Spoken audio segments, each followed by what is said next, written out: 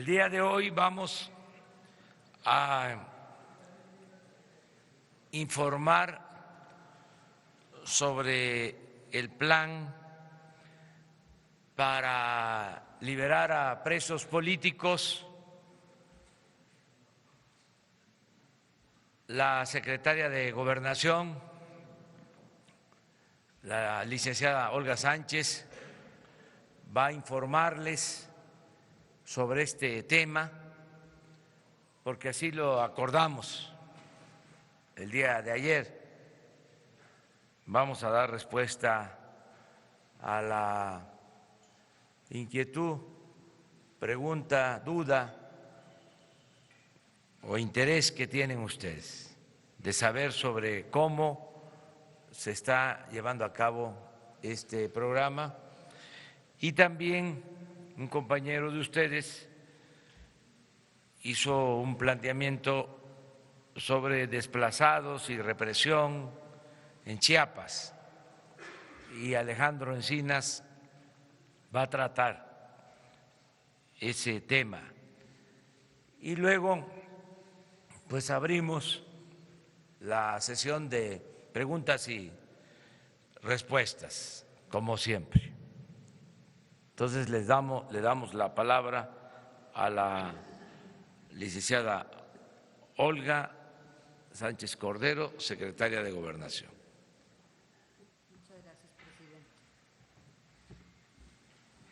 Para informarles de que en la estructura de la Secretaría de Gobernación se creó una unidad especial para el fortalecimiento de los sistemas de justicia en nuestro país. Esta unidad está compuesta básicamente por dos direcciones generales, una de las cuales es una dirección general para el fortalecimiento de los sistemas de justicia en las entidades federativas a través de convenios de colaboración de las procuradurías estatales y de los tribunales superiores de justicia. La otra parte de la unidad, la otra dirección general, consiste ya precisamente en tener una mesa especial para la revisión de los casos en los que muchas de estas personas han sido privadas de su libertad injustamente. Tenemos ya liberados 16 personas. Hasta ahorita, en el mes de diciembre, hemos estado revisando los 368 casos que tenemos en la mesa y hasta ahorita hemos liberado 16 personas. Estas personas, muchos de ellos inclusive no han tenido ni siquiera una sentencia después de muchísimos años de estar privados de su libertad y no han tenido sentencias ni condenatoria ni absolutoria. Otros tantos y muchos de estos que no han tenido sentencias porque los jueces no tienen manera de condenarlos, porque no tienen los elementos probatorios necesarios y las evidencias para poder condenarlos, y han estado privados de su libertad durante muchísimo tiempo. Quiero compartirles que estamos haciendo esta revisión de los 368 casos, pero que ya no quiero decir los nombres de estas personas en libertad por privacidad de sus datos personales. Pero estas 368 casos los estamos revisando muy puntualmente. Esta mesa está compuesta tanto por personal de los reclusorios como por representantes de la Procuraduría General de la República, como por los abogados defensores, por organizaciones sociales y sobre todo por gente sumamente calificada para revisar expedientes penales. Pero en todos estos casos lo que hemos encontrado son rezagos importantes en la impartición de justicia y la privación prácticamente ilegal de la libertad de muchos de estos que están en este momento en las prisiones del país. Yo sí quisiera decirles que esta mesa y esta estructura de la Secretaría de Gobernación va a ser permanente. Cuando menos en esta administración pensamos que esta situación y esta creación de esta estructura será permanente. Si algo que ha tenido la población en todo este tiempo ha sido una falta de respuesta del sistema de justicia, tanto a nivel local como a nivel federal. Y lo que queremos es precisamente que todas estas personas tengan ya una respuesta por parte del Estado en relación a cada uno de estos casos. Queremos hacerlo con mucha celeridad y a la brevedad posible, sin embargo, esto lleva tiempo. Hasta ahorita hemos recibido estos 368 casos, pero creo que vamos a buen ritmo porque en este mes de diciembre se liberaron 16 personas.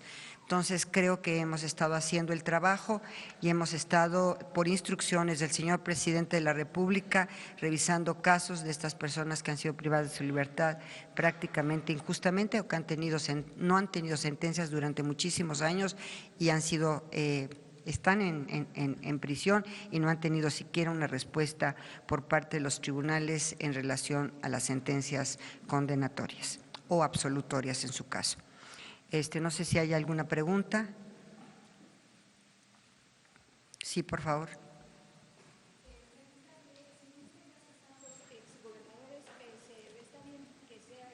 El asunto de presunción de inocencia, pero el caso de los gobernadores considero es de interés general.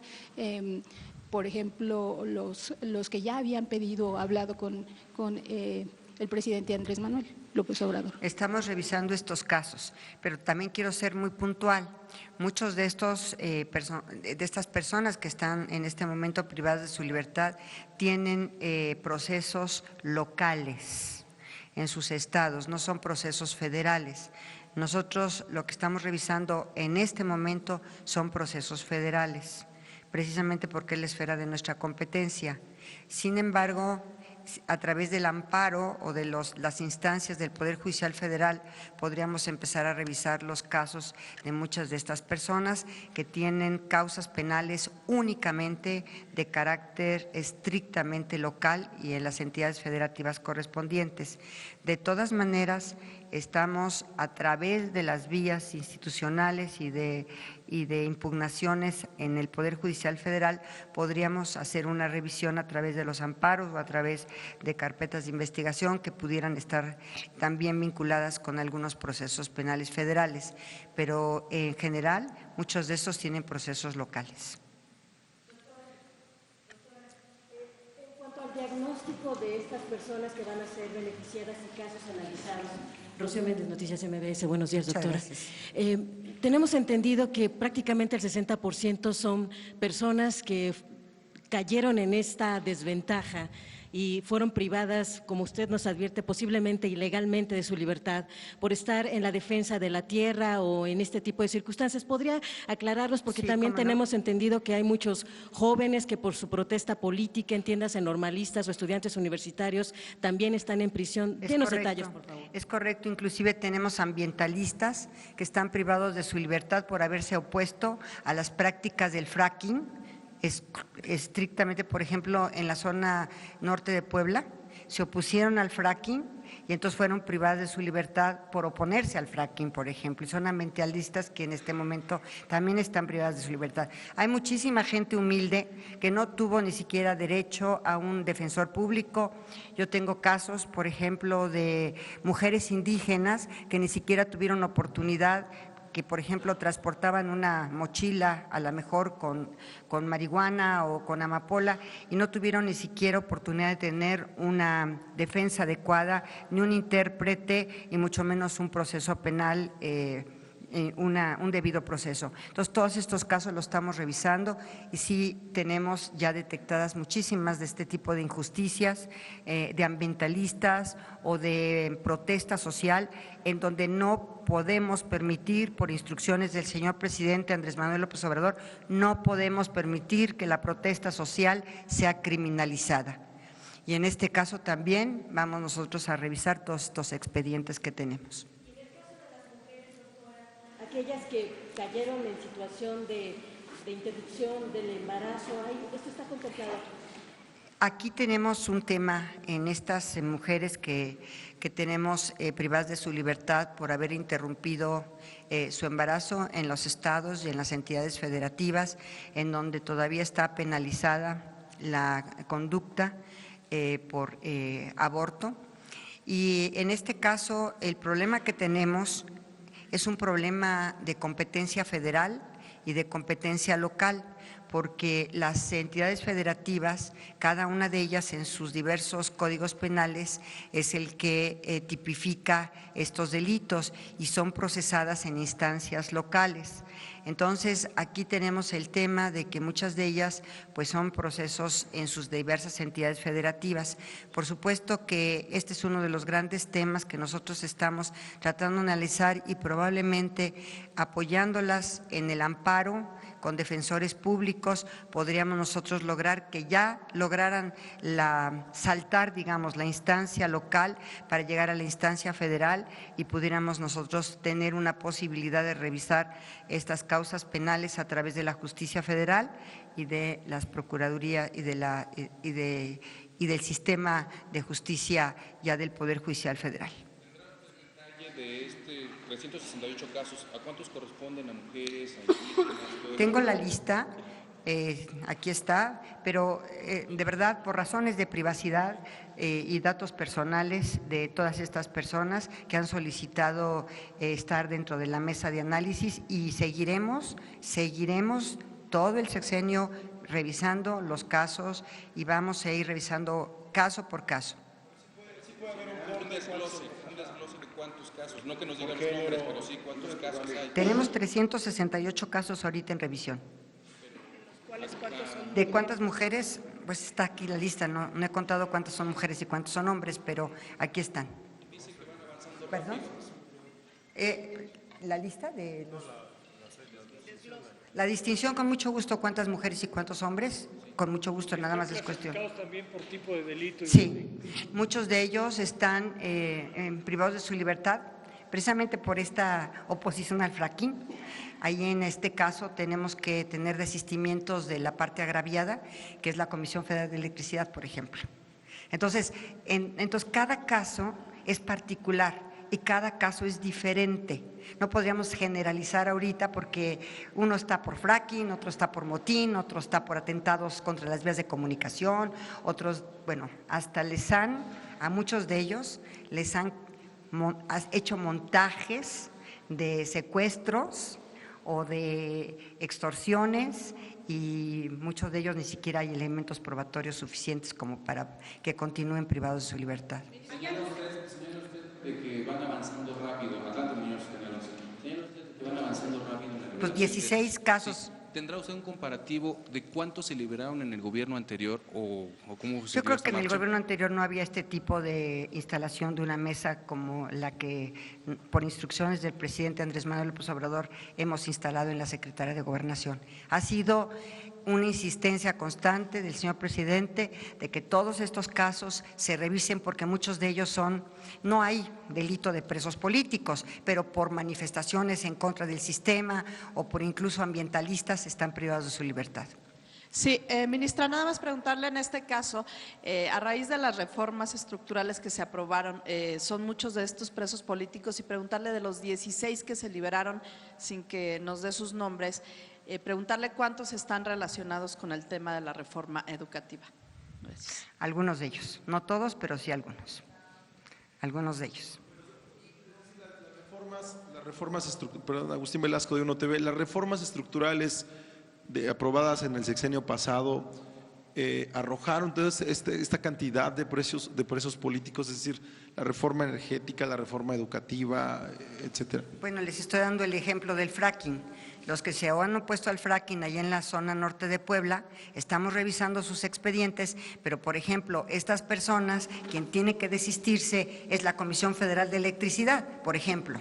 Entonces, hay denuncias de ciertas instituciones públicas o de secretarías de Estado o de órganos autónomos o en este caso, por ejemplo, de la propia comisión, en donde tenemos que tener el desistimiento de estas instancias de gobierno y lo vamos a estar haciendo constantemente. En el Senado han presentado, Ricardo García, Revolución 3.0, en el Senado han presentado una iniciativa ciudadana para ley de amnistía. Esto quiere decir que el proceso por el cual están siendo liberados estos 16 presos no tiene que ver con una amnistía, se están haciendo casos particulares y si pudiera decirnos aproximadamente en cuánto tiempo quedarán resueltos los casos restantes. La ley de amnistía, que también es una, digamos, una instrucción del señor presidente, tenemos que tener detectados los universos de personas a las cuales van a ir dirigidas. Nos ha instruido de que hagamos un universo de personas, por ejemplo, de jóvenes que tenían por pobreza, estaban en los campos contratados en campos de marihuana o de amapola, jóvenes que tenían de posesión de droga más del gramaje permitido por la ley, y todos estos jóvenes, desde luego que también están privados de su libertad, pues como diría en mi época, hace muchísimos años, prácticamente son jóvenes, así decía mi madre, marihuanos, ¿no?, que tenían más posesión de droga y que ahorita están privados de su libertad. Entonces el presidente de la República nos ha instruido, porque una ley de amnistía pasa por el Congreso, por supuesto por el Congreso Federal, y tiene que tener un universo de personas determinadas. Lo que estamos haciendo es revisar caso por caso en esta mesa de reconciliación y justicia, así la hemos llamado, en la Secretaría de Gobernación, y en este momento no es una ley, sino es la revisión particular de los casos. Pero cuando tengamos el universo de personas a los cuales puede ir dirigida una ley de amnistía, le vamos a presentar al señor presidente de la República nuestra propuesta. Buenos días, Eduardo García de Infocel. Secretaria, en ese sentido y dada la lenta impartición de justicia que hay en México, ¿no le preocupa que algunos nuevos delitos federales que se está proponiendo por la nueva administración sean graves y que mucha gente pueda ser acusada, sometida a cárcel y padecer de estos largos procesos sin justicia? ¿No debería de haber una reforma al mismo tiempo del sistema de justicia paralela o anterior? El señor presidente… la reforma que presentamos por instrucciones del señor presidente para ampliar el catálogo de delitos graves sin derecho a fianza o a libertad provisional, sino que oficiosamente se les priva su libertad, son únicamente 3. Son hechos de corrupción, por una parte; por otra parte son delitos electorales y desde luego el robo de combustible, por considerar que estos 3 delitos han afectado gravemente a la sociedad. Y por eso es que el señor presidente ha propuesto la ampliación del catálogo de delitos graves para que enfrenten su proceso en prisión y no en libertad. Sí, Ernesto Ledesma, de Rompeviento TV.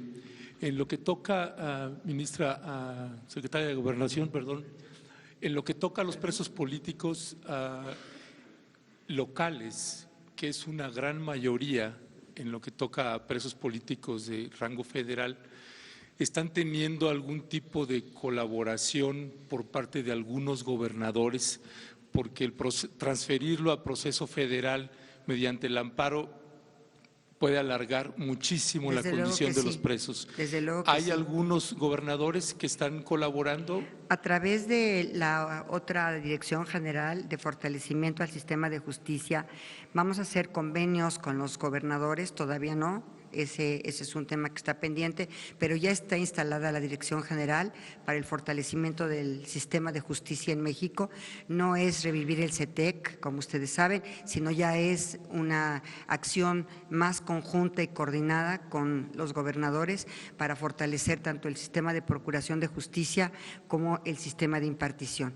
En procuración de justicia tenemos un rezago enorme y tenemos también un problema de que no se investigan adecuadamente los hechos ilícitos que se cometen en las entidades federativas, sobre todo en algunas entidades federativas. Entonces tenemos que, a través de esos convenios de colaboración, apoyar hasta donde, obviamente respetando la soberanía de los estados y su autonomía, hasta donde nos permitan poderlos ir fortaleciendo tanto en materia de procuración como en materia de impartición. Pero la respuesta es que en muchos de estos casos no han tenido una respuesta de este sistema de justicia rápida y eficiente. A ver, yo creo que ya hasta ahorita dejo esto y voy a darle la palabra al subsecretario de Alejandro Encinas. Sí quisiera decirles que les va a platicar sobre un tema que es verdaderamente un tema muy delicado en nuestro país, pero que nunca se había visibilizado en nuestro país, que es el tema de los desplazados. Este tema nunca existió y ahorita vamos a platicar sobre él. Muchas gracias. Con su autorización, señor presidente. Bueno, como lo planteó ayer Ernesto de Ledesma de Rompevientos TV, efectivamente el pasado 18 de diciembre hizo el planteamiento aquí en la conferencia de prensa respecto a la muy difícil situación que se está viviendo en los Altos de Chiapas, particularmente en la zona Chenaló y Aldama. Desde ese mismo día, por instrucciones del señor presidente de la República, establecimos contacto directo con el periodista Ernesto Ledesma y ese mismo día, por la tarde, se instaló la mesa de seguimiento a los problemas de desplazamiento forzado que se deriva de la ley que existe en el Estado de Chiapas, una ley de desplazamiento forzado que obliga al gobierno del Estado a establecer una mesa para la atención de este tipo de problemas. Toda vez se trata de un asunto estrictamente local. Desde días anteriores, pero particularmente a partir de esta denuncia, hemos mantenido una relación estrecha con el Gobierno del Estado. El propio 19 de diciembre me reuní con el secretario de Gobierno del Estado, donde establecimos un mecanismo de seguimiento y atención a este problema. Los días 27 y 28 de diciembre, un grupo de funcionarios de la Secretaría de Gobernación, particularmente del área de atención a la violencia contra la mujer y de garantía de los derechos humanos, se desplazó para hacer una visita a los campamentos y a los lugares donde está este problema vigente, en donde efectivamente pues, los problemas de violencia, de presencia de grupos paramilitares y de una gran capacidad de fuego, incluso de grupos ligados presuntamente a la delincuencia organizada, ha generado niveles de violencia de nueva cuenta, como sucedió en el mes de abril con el asesinato de 2 niños y ahora de nueva cuenta en los primeros días de este mes, gente que ha sido víctima de la violencia que lamentablemente se ha venido recrudeciendo. Estamos atendiendo esta situación en el ánimo no solamente de considerar las partes en donde hay un litigio por un conflicto agrario que se agudizó en el momento en que el Tribunal Superior Agrario otorgó una compensación de cerca de 15 millones de pesos que alentó lamentablemente la confrontación en esta disputa por un predio de alrededor de 60 hectáreas, pero habrá que hacer una acción institucional en apoyo al gobierno del Estado de Chiapas, donde se involucrará el conjunto de las dependencias del gobierno federal.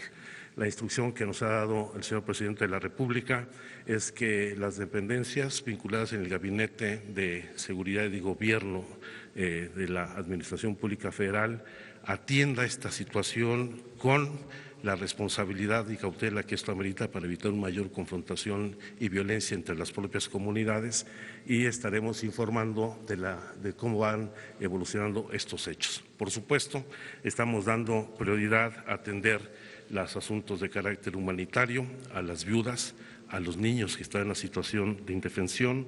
Por supuesto, se atenderá las recomendaciones de la Comisión Interamericana de Derechos Humanos, que otorgó ya las medidas cautelares, al igual que la Comisión Nacional de Derechos Humanos, y en su oportunidad, pues ustedes irán conociendo de la intervención de las distintas dependencias del Gobierno federal.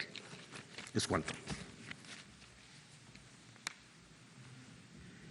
No hay pregunta, a ver. El número de desplazados, ¿cuántos son mujeres? ¿Cuántos? Los están desplazados prácticamente en la zona. Hay que recordar que es una zona donde hay un conflicto social muy intenso. Por supuesto, tenemos antecedentes lamentables como el caso de Acteal. Hay influencia en esta zona con los caracoles zapatistas. Esto tiene que irse manejando con mucha cautela y detenimiento. Creemos que son alrededor de 600 las personas que están afectadas por esta situación en esta región del Estado, lo cual no es el único problema que tenemos en la entidad, como lo tenemos también en otras entidades de la República, pero eso va a tener una atención especial, dada pues, lo delicado que es el asunto en las convivencias entre las comunidades. Por favor. Sí, con respecto de las pérdidas de las cosechas de Café y otros, de prácticamente todo el municipio de Aldama, de los 12 poblados que componen esa comunidad. ¿Va a haber alguna indemnización para todas estas familias por parte del gobierno federal, por parte del gobierno estatal, en lo que toca al involucramiento de la policía estatal, del gobierno de Rutilio Escandón, que tiene una base de operaciones mixtas en Santa Marta, que es de donde provienen los disparos? ¿Qué se está haciendo si es la propia policía estatal quien está vinculada y que ya hay testimonios audiovisuales que así lo certifican?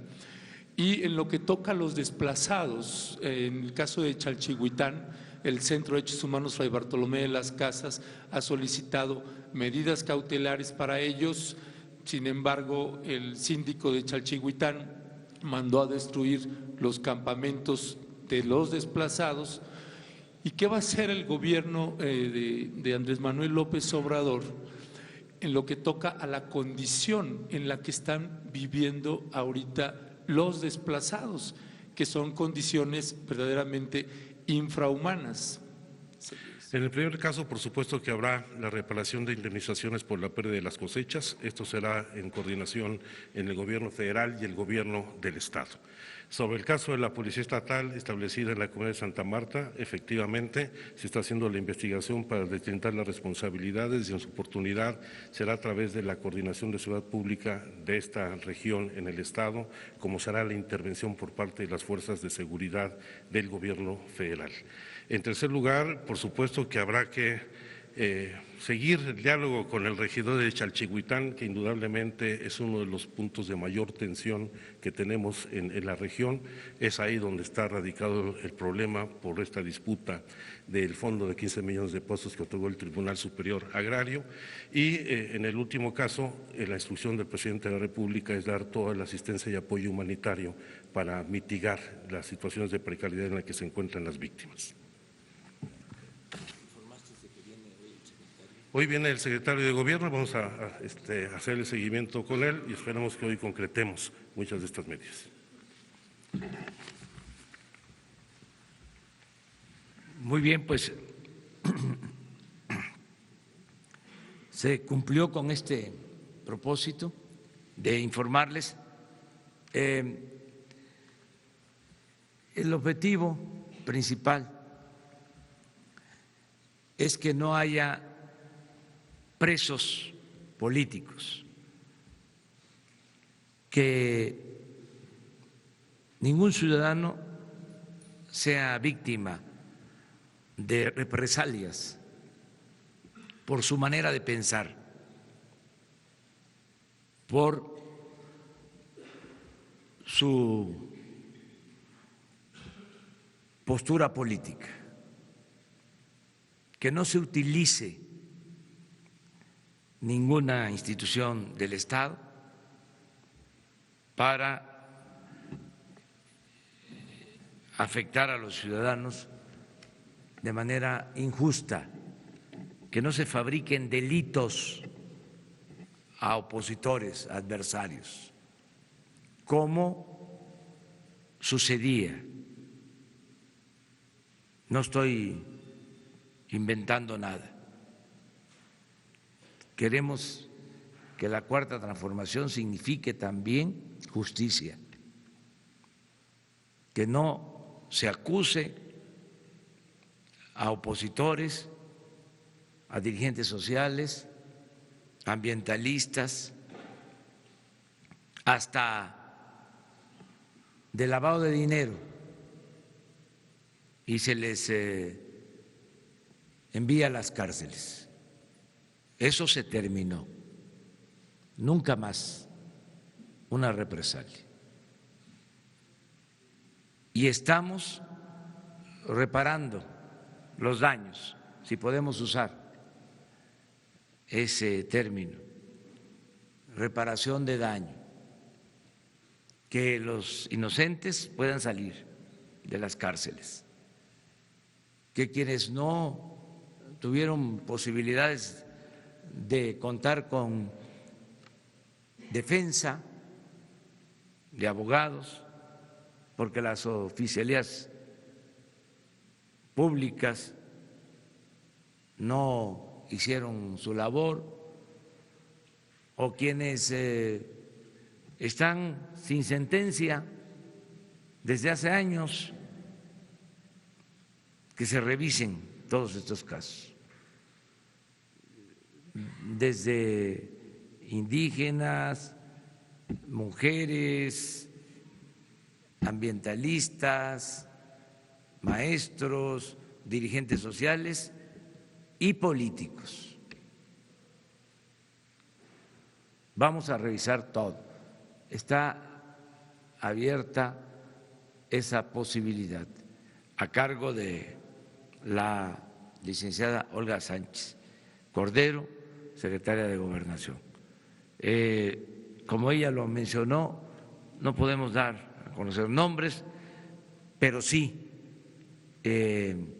los que se han mencionado han solicitado los más famosos, conocidos casos, se están tratando.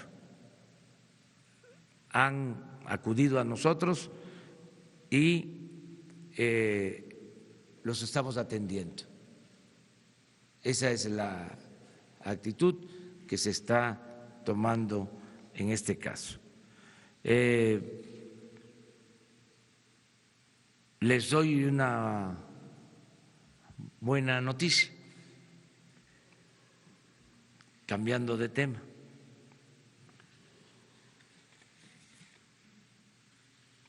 Vamos logrando el propósito de que no se roben los combustibles.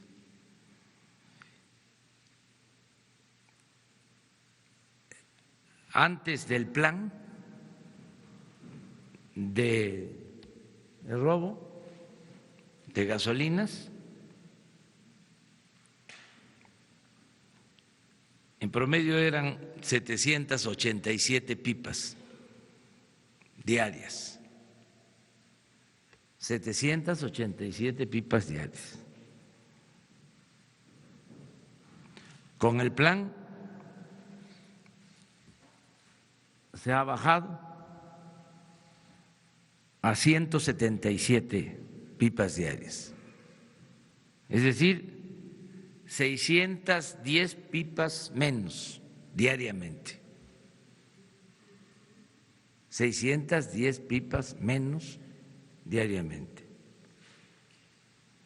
En total se han robado, desde que iniciamos el plan, se han robado 8.540 pipas menos. Si se colocaran las pipas una tras otra, son como 80 kilómetros de pipas, las que ya no se han robado. En dinero ha significado un ahorro de 2.500 millones de pesos. 2.500 millones de pesos. Informo esto para agradecerle a la gente por su apoyo, por su respaldo. Y sí, han habido molestias en algunos lugares, no ha sido generalizado, pero no ha sido en vano. Si los ciudadanos nos siguen apoyando, nos siguen respaldando, vamos a acabar con la corrupción, que ese es el propósito.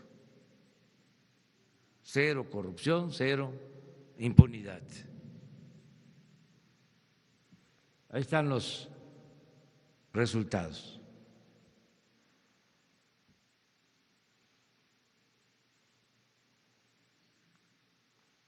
Vamos a estarles informando periódicamente. Todavía no es para cantar victoria, para echar las campanas al vuelo, porque es desenraizar, arrancar de raíz un sistema corrupto, desarrollado al amparo del poder público. Una vergüenza. Y hay otros casos, pero nos vamos por parte. Vamos a ir poco a poco. Vamos hasta atrás, ¿no? O sea, hasta atrás. Vamos a empezar por la derecha, pero aunque no es ninguna alusión. Buenos días, señor presidente. Preguntarle, ayer hablaba sobre el resguardo que va a tener ahora las pipas con elementos militares. ¿Hay una fecha para que esto ya nos esté dando, para que estas pipas puedan circular sin que se tenga esta seguridad? Y en otro tema, usted ha hablado particularmente de los órganos autónomos y ha criticado estos altos sueldos que han tenido.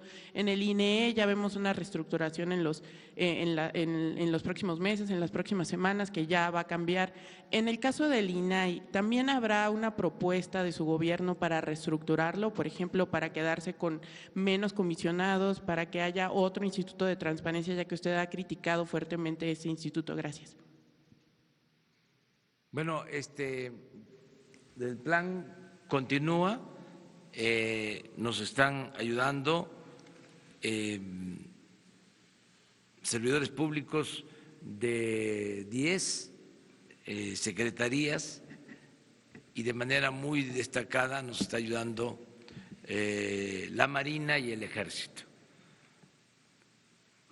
Ayer, por ejemplo, en Salamanca, en la refinería, se encontró una instalación clandestina de los tanques de gasolina hacia un depósito fuera de la refinería, con una manguera de 3 kilómetros.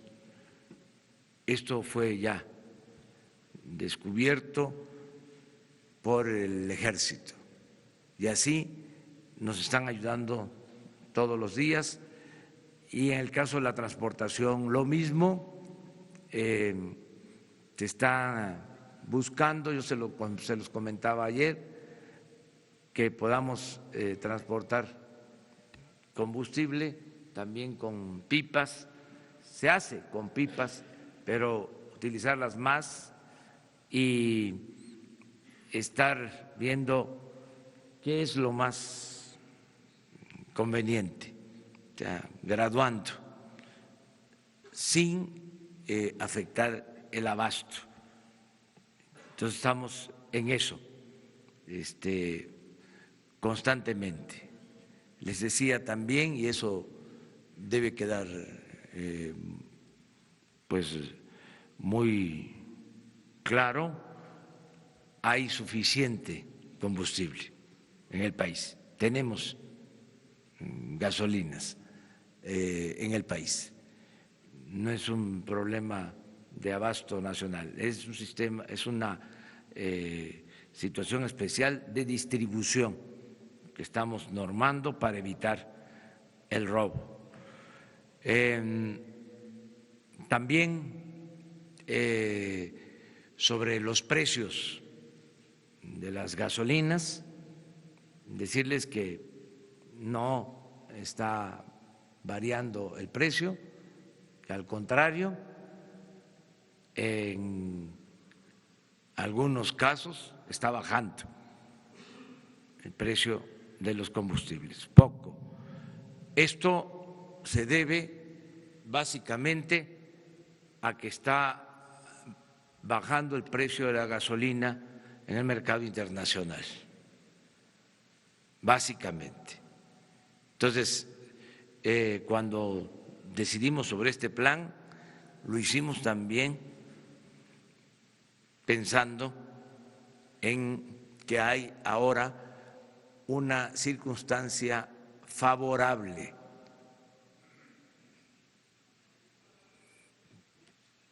de precios bajos de combustibles a nivel internacional. No olvidemos que desgraciadamente por el abandono a Pemex, por el saqueo a Pemex, por la política de pillaje que significó el llamado neoliberalismo, estamos comprando los combustibles en el extranjero. Se compran 600,000 barriles diarios de combustibles, de gasolinas en particular,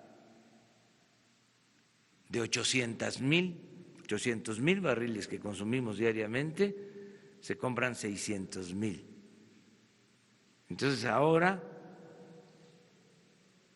por fortuna, por suerte, ese combustible que se está comprando se adquiere a precio bajo. Además se está comprando ya mejor el combustible. Un día vamos a hablar ampliamente sobre este tema. Entonces, esto nos permite tener abasto y al mismo tiempo mantener los precios. ¿Hasta cuándo se quedará la seguridad? Disculpe. ¿Hasta cuándo habrá? Hasta que se normalice. ¿Pero hay una fecha que su gobierno ya tenga planteado? Bueno, vamos a estarlo viendo aquí con ustedes. Se le va a dar seguimiento. Una regla de oro de la democracia es la transparencia.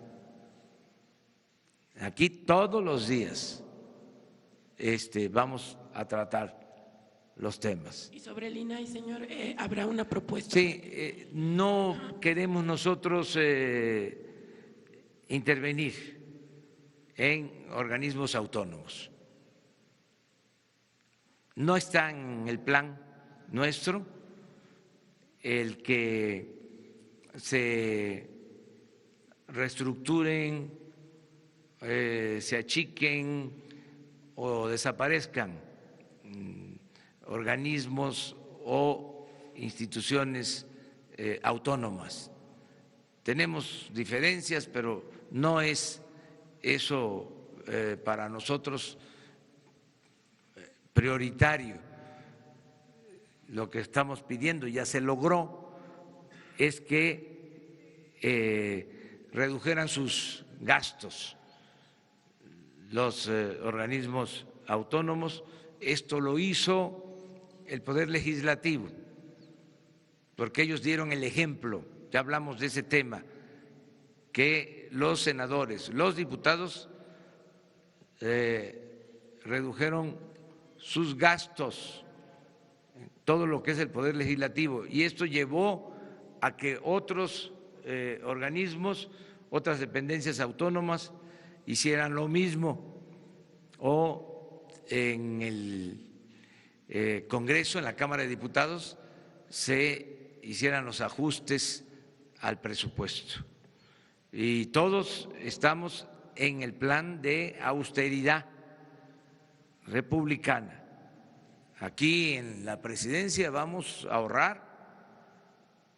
Yo les informo que el año pasado se autorizó un presupuesto que no fue el devengado, porque eso todavía está por verse, pero el autorizado fue de 1.800 millones, para este año ya son 1.500, y yo espero que ahorremos una cantidad considerable. Y no tengo la menor duda, porque ya no hay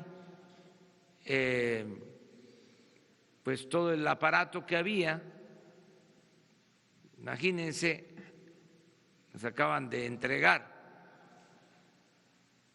de la antigua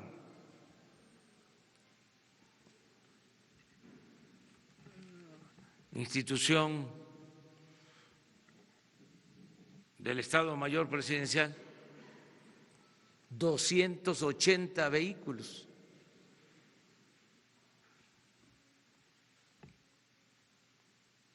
Como 80 camionetas blindadas.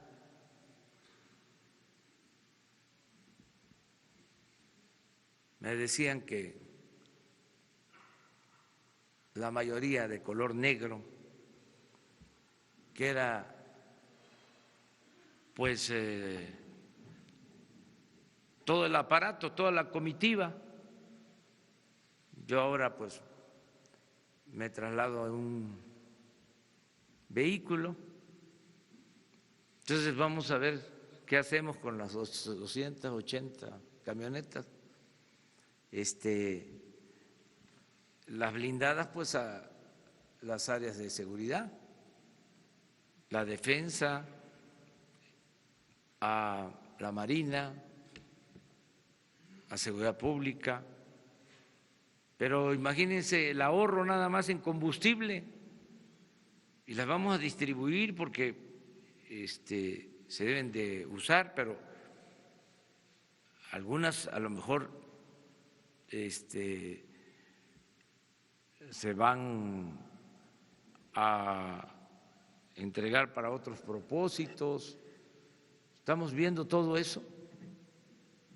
280 y de todo tipo.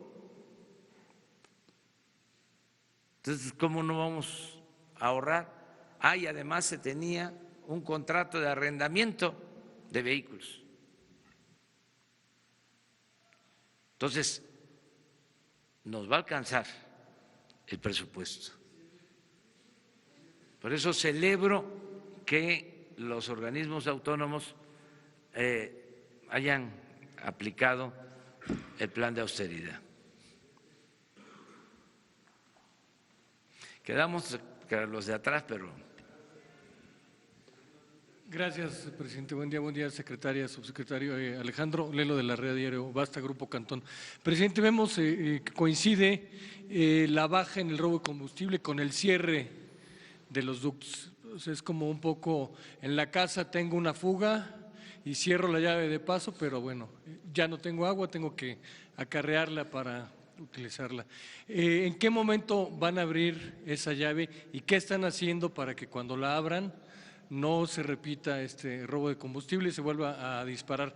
Y la segunda pregunta, muy concreta también, hay otras, y ahora que está de moda el huachicoleo, si me permite llamarle también otra forma de huachicoleo, que el ciudadano llega a la gasolinera y le venden litros de 800, de 900 mililitros, y son miles. Hay un caso histórico en el sexenio de Fox, una subsecretaria del consumidor fue destituida y se le señaló de chantajear, extorsionar gasolineras para campañas panistas. Ahí está la historia por ahí del 2004, 2005.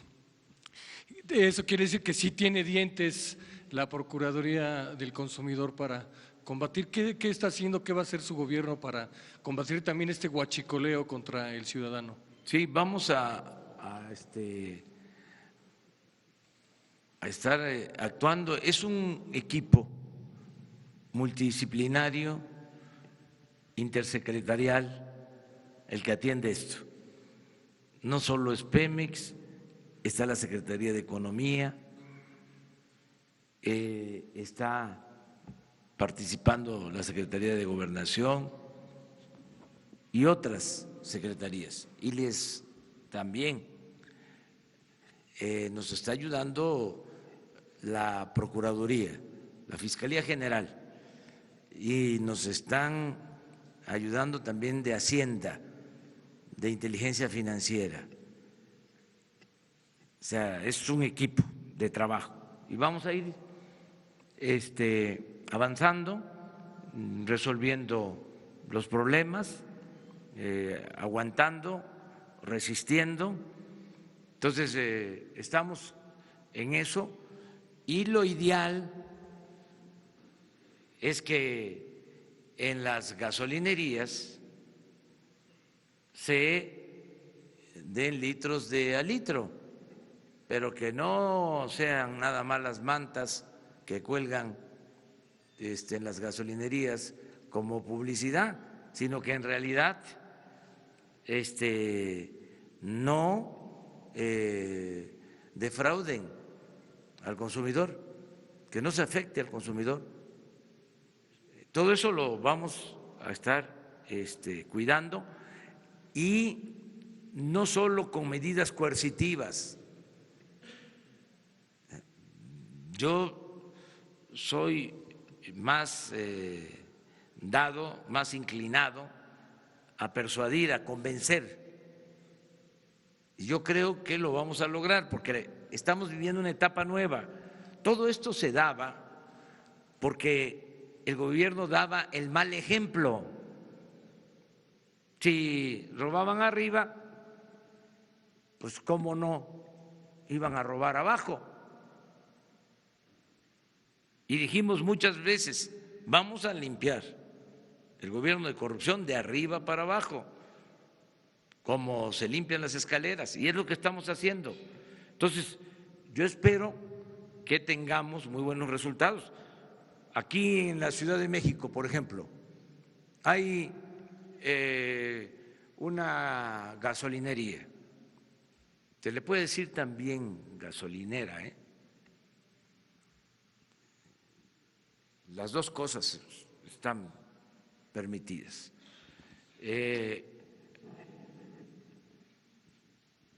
Hay una que es ejemplo, la de la Marina. En el eje 3, porque, entre otras cosas, la gente tiene la percepción, y esto obedece a la realidad, de que ahí se da completo el litro. Entonces, en general, todos aportarnos bien, todos aportarnos bien. De todas maneras, vamos a estar vigilando, y yo estoy seguro de que la competencia tiene que ver también con la calidad, tiene que haber un componente ético en todo lo que hagamos. Les voy a dar un dato que es interesante, y ahí me van a ayudar también ustedes, y me va a ayudar toda la gente.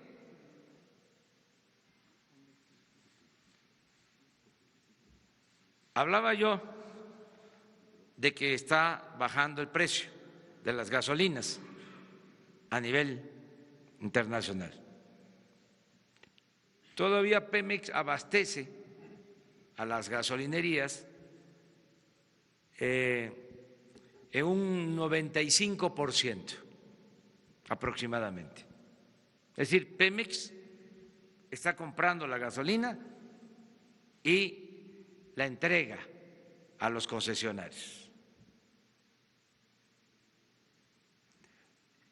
Y se está vendiendo la gasolina a menor precio.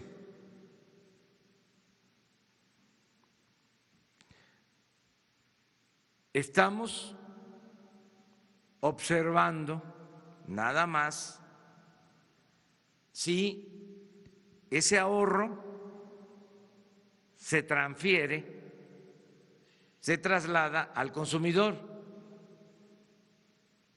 Eso depende de la ética también. No vamos nosotros a cambiar el sistema. Queremos que haya competencia y que sea libre mercado. pero que no vayan a abusar en los márgenes de utilidad. Sí se entiende, ¿verdad? Entonces, vamos aquí a estar viendo eso, de cuánto se vende de gasolina, a qué precio, cuántos son los márgenes de utilidad y cuál es el comportamiento. O sea, para que haya verdadera competencia. Si hay competencia, se ayuda, se beneficia el consumidor. Entonces, todo esto va a significar más transparencia en todo sentido y más debate y diálogo. Ayer, por ejemplo, que mencioné que nos costaba más barato trasladar la gasolina por ductos, pues es una cosa obvia, ¿no? Y que luego los buquetanques y que luego el ferrocarril y que era más cara el traslado de combustibles, era más caro el traslado de combustibles por pipas, inmediatamente, ¿no? Los analistas adversarios diciendo que, bueno, sí, ya no se usan los ductos, pero ahora sale más caro trasladar la gasolina por pipas. Pues sí, pero es muchísimo más caro que se la roben. O sea, de sentido común, que es a veces el menos común de los sentidos, de juicio práctico. Pero es buena la polémica. O sea, el que podamos debatir para saber cómo van las cosas. 3 más, ya. Presidente, yo le quiero preguntar por un personaje en este tema del cuidado de los ductos. El general Eduardo León Trawitz, que fue el encargado durante el sexenio pasado de Pemex Seguridad. Él había sido jefe de escoltas del expresidente Enrique Peña Nieto desde su época como gobernador del Estado de México, y luego ya que pasa al gobierno federal le da el encargo de cuidar los ductos de Pemex. ¿Qué tanta responsabilidad se le ha encontrado a este personaje en este asunto del huachicoleo, tanto arriba como abajo? ¿Ya lo cambiaron de encargo o siguen el encargo todavía de cuidar los ductos de Pemex? Gracias. A ver, que levanten la mano de manera democrática y en honor a la verdad que es revolucionaria, la mentira es reaccionaria. A ver, que levanten la mano los que sabían de este personaje. 1. Pues sí existe el general, pero no se sabía nada. ¿Sí? Ahora se sabe porque se le menciona en asuntos que tienen que ver con la seguridad de Pemex. Él estaba a cargo de la seguridad de Pemex.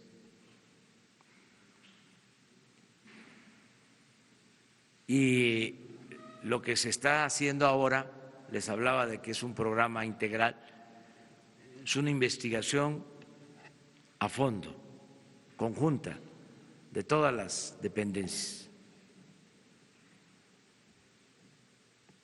Recuerden ustedes que se dijo desde el principio,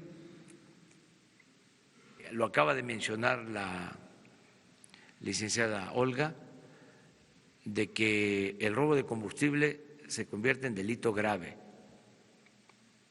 La corrupción y el fraude electoral. O sea, son temas en donde no vamos a dejar de insistir hasta que se castigue a todos los responsables y vamos a estar siempre también llamando a los ciudadanos. Sobre todo, la verdad, me preocupa mucho el que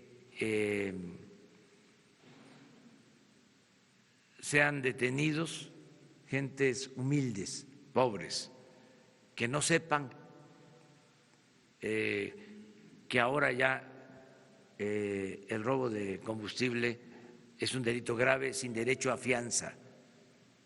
Entonces quiero que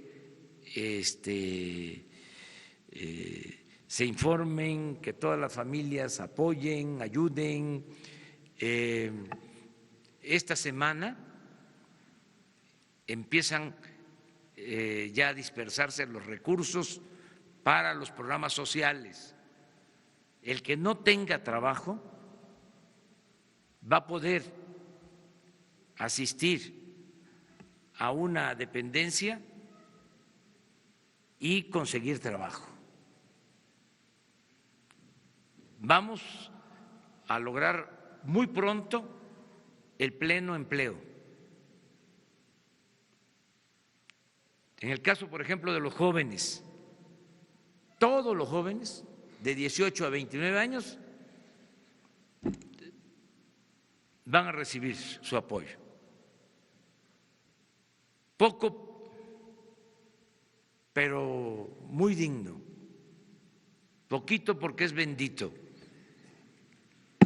3,600 pesos, pero que no les falte lo indispensable, para que nadie se vea obligado a tomar el camino de la delincuencia. Entonces, en eso estamos y ahí les dejo de tarea lo de la pregunta del compañero. Muy bien. Está bajo investigación, eso es lógico. El general que estaba a cargo de los ductos está bajo investigación. Está en una lista de personas que se investigan con relación a esto, sin que haya todavía nada definitivo. ¿La investigación Corre porque se está investigando a todos los que tienen que ver o tuvieron que ver con estas actividades. La Secretaría de Gobernación, ¿en qué etapa de la investigación se encuentran? Nada más, si nos pudiera precisar. En todos los casos se está trabajando en lo que tiene que ver con precisamente la investigación. Hasta ahí. Uno ya.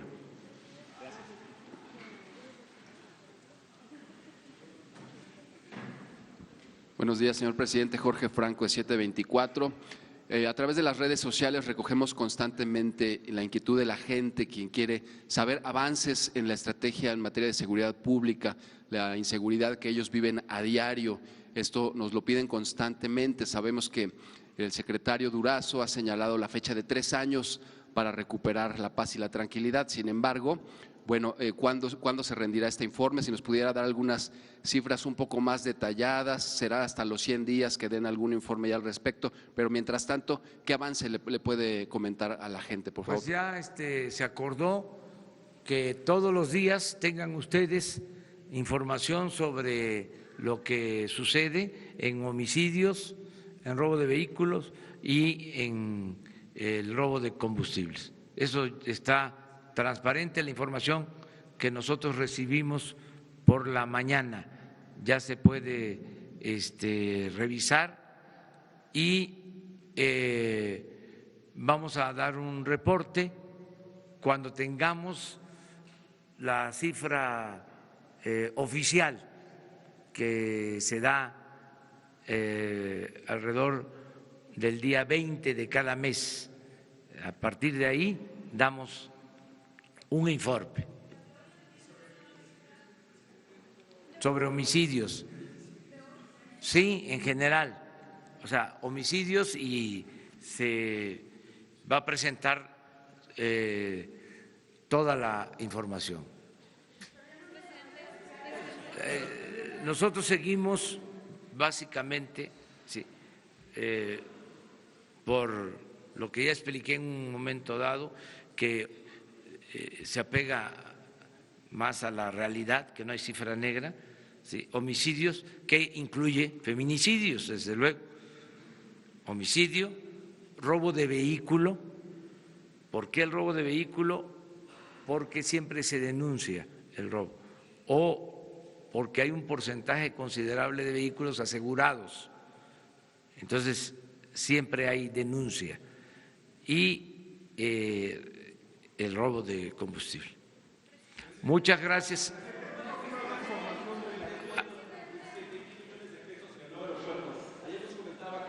Nos iba a dar los pormenores, cómo va esa investigación. Van a informar de la Procuraduría, les pedimos toda la información. Les adelanto que no presentó la Policía Federal Preventiva ninguna denuncia. O sea, lo queremos manejar con mucho cuidado el caso, porque no tiene fundamento, pero no queremos exhibir a nadie, porque incluso no vemos que haya mala fe en el periódico. Pensamos que fueron sorprendidos. Entonces, se va a informar, se va a hablar con el director del periódico para darle toda la información, pero no hay elementos de prueba sobre la denuncia. Para empezar, la Policía Federal